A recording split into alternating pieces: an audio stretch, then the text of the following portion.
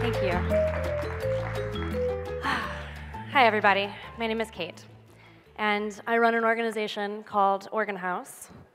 Let's see if we can actually get the slides up there. There we go. I run an organization called Organ House, and our mission is normalizing non-monogamy and sexual exploration. You guys look like you're all old enough to understand what I mean by sexual exploration, so that's good. But I am going to talk a little bit about what non-monogamy means to us. So non-monogamy is an umbrella term that basically covers any relationship structure that is not limited to 2 concurrent partners. Oops, there we go, sorry. So some wonderful person on the internet has made this chart so that you can see exactly how many variations of non-monogamous relationship structures there are. And of course, these are just the most common ones. The idea behind non-monogamy is really that you and your partner or partners are consenting adults, and you can design whatever kind of relationship it is that works for you. You can reject the template that's been handed to you and instead create your own. So if you look closely, you'll actually see the word cheating up here. It's true that this is a form of non-monogamy, but I want to be clear that this is not what our organization is about.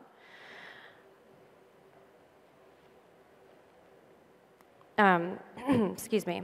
We advocate for ethical non-monogamy, and honesty and communication are the heart of ethical non-monogamy.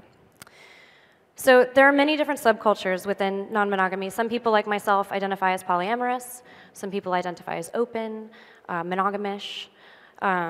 Anybody who's single and has sex or multiple emotional relationships with multiple partners is also experiencing a form of non-monogamy, so we've probably all been a little non-monogamous at some point in our younger years. So Organ House exists to provide support and resources for my community. And it's a big community. We have about 1,400 members in the San Francisco Bay Area. So how did we actually do this? How is it that we provide this support, and how do we provide these resources? So we host a few dozen events a year for our members. We have mixers and meetups, but we also throw large private events about once a month. And these private events are giant sex parties. About 200 people show up and spend all night partying, having sex openly, enjoying a top-notch cheese platter. Very proud of that.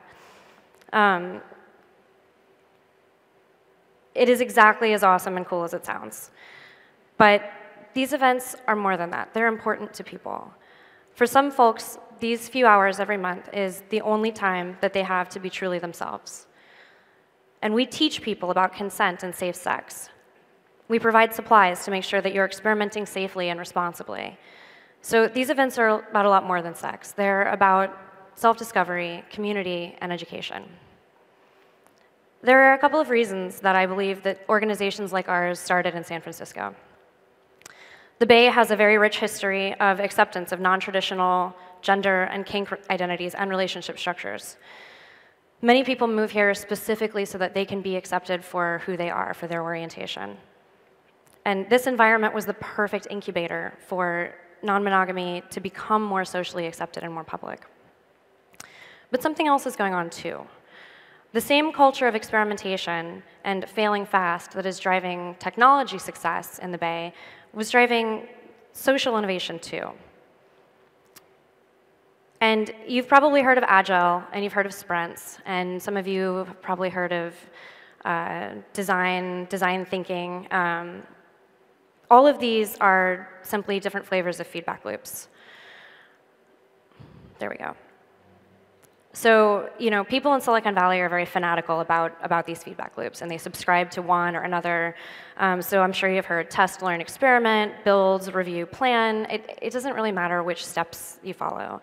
The point is that you are trying to reduce the time from hypothesis to information so that you are incrementally gaining real knowledge. And that way, if your hypothesis turns out to be false, you haven't invested too many resources. You find out sooner rather than later if you're operating on a false hypothesis. So when people are incentivized, monetarily and socially, to question the norm, they question everything. So people in the Bay are questioning things that the rest of us might not think about very much, like the gender binary or what marriage means to them. We got to Silicon Valley and saw an environment where businesses could try crazy things, question norms, and fail fast. And we're creating that environment for relationships and sex. And we foster community to support each other so that we don't have to do all of this on our own. We can learn from each other's mistakes. We can provide advice that you can't get anywhere else. We can enrich those feedback loops for each other so that we're designing your own relationship easier for people. Our members often describe each other as their chosen family to point out just how important this community is to them. It means a lot. So at the same time that this was happening, at the same time that the San Francisco tech scene was fostering a safe environment for this exploration of non-monogamy, something else was going on. The topic of sexual assault reached a tipping point in American culture with the Me Too movement. And this issue was particularly top of mind in Silicon Valley. You may have heard of the Brock Turner trial. Turner was a Stanford University student who sexually assaulted an unconscious woman behind a dumpster. This hit the Bay particularly hard because Stanford is the pride of Silicon Valley. That's where our most brilliant researchers and engineers are trained, and it's a feeder program for almost every big-name tech company in the Bay.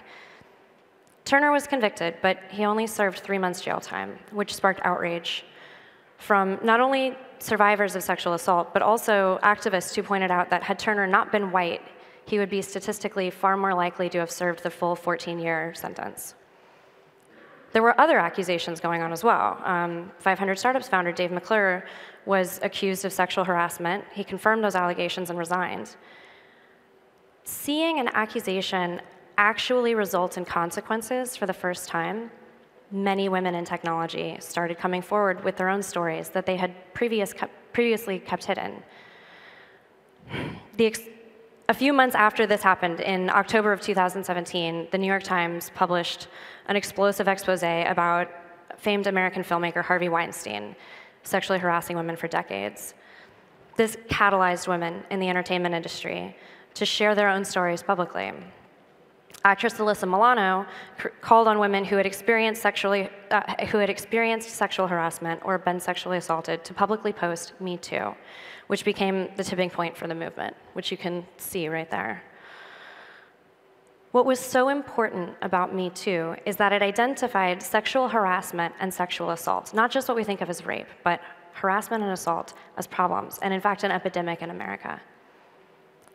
So, meanwhile, back at the sex party, we're hosting monthly sex parties where everyone agrees on the terms of engagements. People are treating each other with respect, behaving consensually.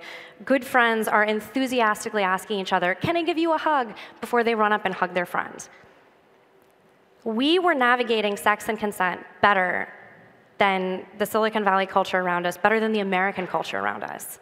Like, how is that possible? Like, that gave me pause. So, when I first entered this world, when I was in my early 20s and seeking out safe spaces to explore non-monogamy, I didn't actually always feel safe in those spaces. The policy for consent at these kinds of events used to be the golden rule, or do unto others as you would have them do unto you. That is terrible advice when there is an expectation of sex, because you might be really, really excited about something that you really want somebody to do unto you, but if you do that to them and it wasn't welcome or it wasn't expected, you have a big problem. Without a formal consent policy, people are left to their own devices to interpret what consent means. And so we're all smart people. I'm sure that we all completely understand consent. So I want to run a little experiment with you. I'm going to ask you guys some questions, and I want you to raise your hand if you believe that the answer to the question is yes. Can you do that for me? Okay. So, is consent a verbal yes before sex? Okay. Is one yes enough? Okay. Does consent happen before sex always? Nobody agrees with that? Come on. Okay, there we go. Does consent happen before kissing? Okay. Can consent be nonverbal? Bunch of yeses, all right. Can someone revoke their consent if they change their mind? Cool. Can someone consent if they are drunk? All right, mostly no's. But can someone consent if they've only had a little bit of alcohol? Some yeses. I would also say yes to that. Does consent require a written agreement? But if you go to the hospital for surgery, shouldn't you sign a form saying that you are giving informed consent for the procedure? So maybe it does require a written agreement, okay? Can somebody under the age of 18 consent at all? Okay. Can consent be assigned to another person? Like, can I say that you consented to something? But can a parent consent to a medical procedure for their child? So maybe it can be assigned. This room is a sample size of very smart, well-educated, good people. And we don't agree on what consent is. That is a problem. So 3 years ago, we set out to solve that problem. And in order to fix this, we needed to identify what consent was to keep our sex-positive space safe. And we needed to get it right. We needed everybody to agree in the room in all scenarios on what consent actually is. What are the elemental truths of consent that ring true in every situation? So here's what we came up with. Consent is binary. You have enthusiastic consent or you do not have consent. Those are your only two options. And enthusiastic consent looks like a yes with an exclamation mark at the end. And you don't have to say it like yes. It just means that you're saying affirmatively, yes, I do want to have this experience with you. Yes, I am willing to take this step with you. If any response is not a very clear and very enthusiastic yes, you have to interpret that as a no, because that's the only other option. Don't be afraid to say no, thank you. It's not rude. In fact, I actually think it's respectful to just be really clear and honest about what you're looking for and what you're not. I tell people, if they've never been to an event like ours before, to actually practice saying the words no thank you out loud ahead of time. And I know that sounds a little silly, but it's been helpful for a lot of people because it builds up muscle memory for that response. So that when someone walks up to you and says, hey, do you want to try this kinky thing with me? You don't freeze because you've armed yourself with that response. Because in that moment, 50,000 neurons might fire in your brain. You might be thinking, oh, I do want to try that. That sounds really exciting. But I haven't had that conversation with my partner yet. You know, or maybe you're thinking, I think so. Like, wow, that's really intriguing. I'd love to give it a try, but I told myself I wasn't going to do that tonight. I told myself I was going to take it easy tonight. You don't have to verbalize all of the stuff flying through your head in that moment. All you have to do is say, no, thank you. You try to be polite when saying no. Be polite when hearing no. Don't ask somebody multiple times. They've said no, they only have to say it once. And don't ask somebody for an explanation. Nobody owes an explanation for why they said no. You can revoke your consent at any time if you change your mind. All you have to do is say, hey, let's stop. I don't want to do this anymore. It's fine. Please don't be offended if somebody revokes their consent from you. This actually happens quite a lot at our parties because we are purposefully cultivating an environment where people can come and test their boundaries. And it turns out when you test your boundaries, sometimes you find them, and you have to take that step back. And finally, always ask before touching anybody, anywhere. Even if you're just touching them on the shoulder, like try to get their attention verbally first if you're trying to get someone's attention. I know that that sounds a little bit pedantic, but you know, for some of us, being naked in a room full of strangers at a sex party is like a normal Tuesday, and for others of us, this is a very heightened sensory experience where even that touch on the shoulder can feel more forward than it was intended. I want everybody to feel completely in control of when, where, and if they are touched at all times. And to make sure that everyone at my events feels that safe, I've just trained people, always ask people before touching them, anywhere. And that's it. That's our consent culture. I think it's pretty simple. So what was so different about this? Well, for one, these policies are appropriate for all ages. Previously, a common mantra in the Bay for consent was nothing less than a fuck yes. You can't teach that to a child. So when does the lesson about consent change? When you're 18? When you're 17? We needed to find a consistent message of consent that remained true. And this is also a higher standard of consent than yes means yes. Because it's not just enough to have somebody say the word yes. You need to believe in good faith that they meant yes, too. This is a message of autonomy and empowerment that Americans, especially American women, don't have any other cultural archetype to understand. And this message of consent and autonomy is as applicable to a doctor's office or a yoga studio as it is to a sex party. So now that we've got this all figured out, how do we socialize this? How do we actually get an entire community on board with this idea? So a few years ago, I read a really fascinating essay from a former police officer. And he proposes this, I'm going to quote him. On any given day, in any police force in the nation, 15% of officers will do the right thing, no matter what. Another 15% of officers will abuse their authority at every given opportunity. And the remaining 70% could go either way, depending on whom they're working with, maybe their captain, their partner. So I don't know that there's necessarily a scientific basis for this, but this theory originated with a seasoned chief of police, so I'm going to trust his experience, and it definitely rang true for me. And this essay is about police interactions with black men in the United States, but I immediately wondered, how does this impact events and spaces like ours?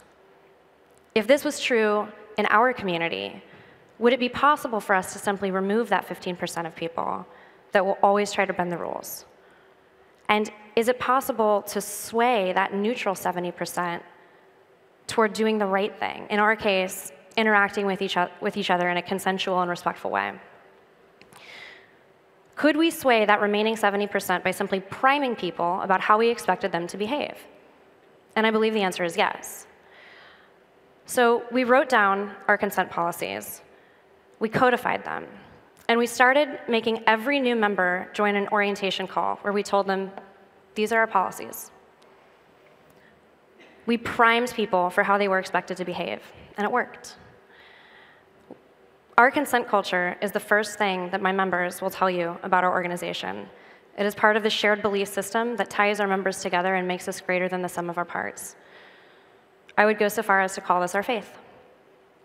And our members have brought these beliefs to places far beyond the San Francisco Bay Area. We have members creating their own communities all over California.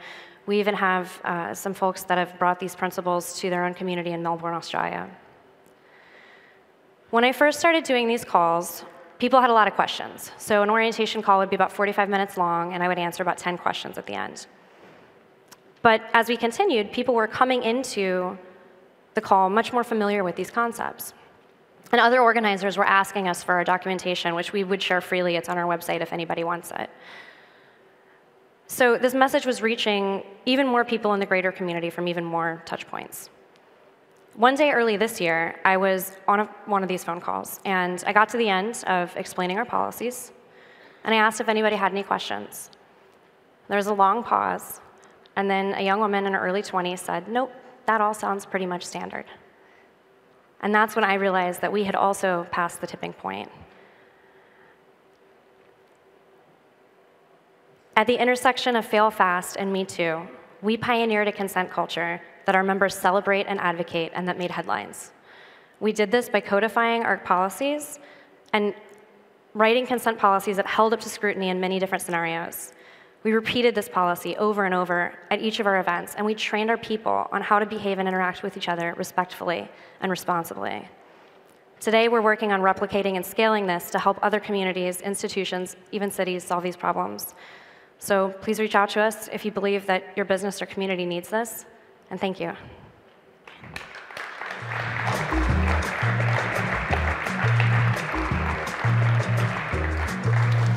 Thank you, Kate. Where do I go?